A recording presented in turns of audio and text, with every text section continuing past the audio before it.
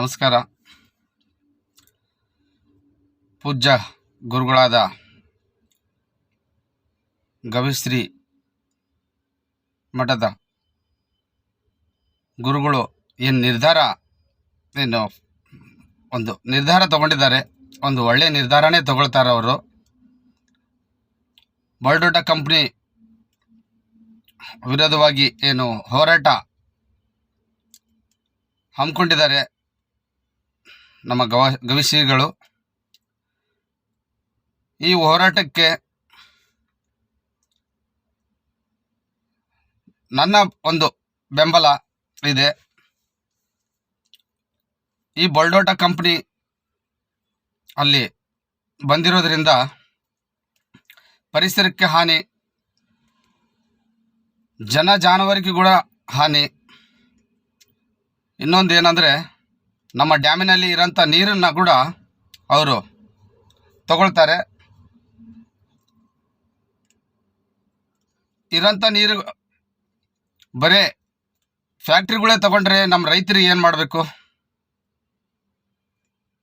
ಅದಕ್ಕಾಗಿ ಈ ಬಲ್ಡೋಟ ಕಂಪ್ನಿ ವಿರೋಧ ನಮ್ಮ ಗುರುಗಳು ಒಂದು ಹೋರಾಟನ ಮಾಡ್ತಿದ್ದಾರೆ. ಇದು ಒಳ್ಳೆಯದೇ. ಈ ಹೋರಾಟಕ್ಕೆ ತಡೆಯುವ ಶಕ್ತಿ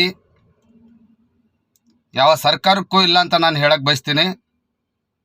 ನಮ್ಮ ಗುರುಗಳು ನಿರ್ಧಾರ ಮಾಡಿದ್ದಾರೆ, ಅದು ಒಂದು ಒಳ್ಳೆಯ ನಿರ್ಧಾರನೇ. ಅವರು ಮಾಡಿರೋಂಥ ಒಂದು ನಿರ್ಧಾರ ಜನಪರ, ಪರಿಸರ ಪರ ನಿರ್ಧಾರ ಇದು. ಅದಕ್ಕಾಗಿ ಗುರುಗಳೇ, ನಿಮ್ಮ ಬೆಂಬಲಕ್ಕೆ ಕೊಪ್ಪಳ ಜಿಲ್ಲೆ ಅಲ್ಲ, ಇಡೀ ರಾಜ್ಯದ ಜನ ನಿಮ್ಮ ಜೊತೆಗೆ ಇರ್ತಾರೆ. ಗುರುಗಳೇ, ನಾವು ಕೂಡ ನಿಮ್ಮ ಜೊತೆಗಿದ್ದೀನಿ. ದಯವಿಟ್ಟು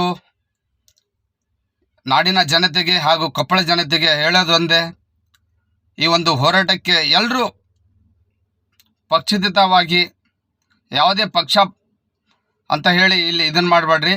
ಎಲ್ಲರೂ ಒಂದಾಗಿ ಈ ಒಂದು ಹೋರಾಟಕ್ಕೆ ನಾವು ಜಯ ಸಿಗೋವರೆಗೂ ನಾವು ಬಿಡೋದು ಬೇಡ.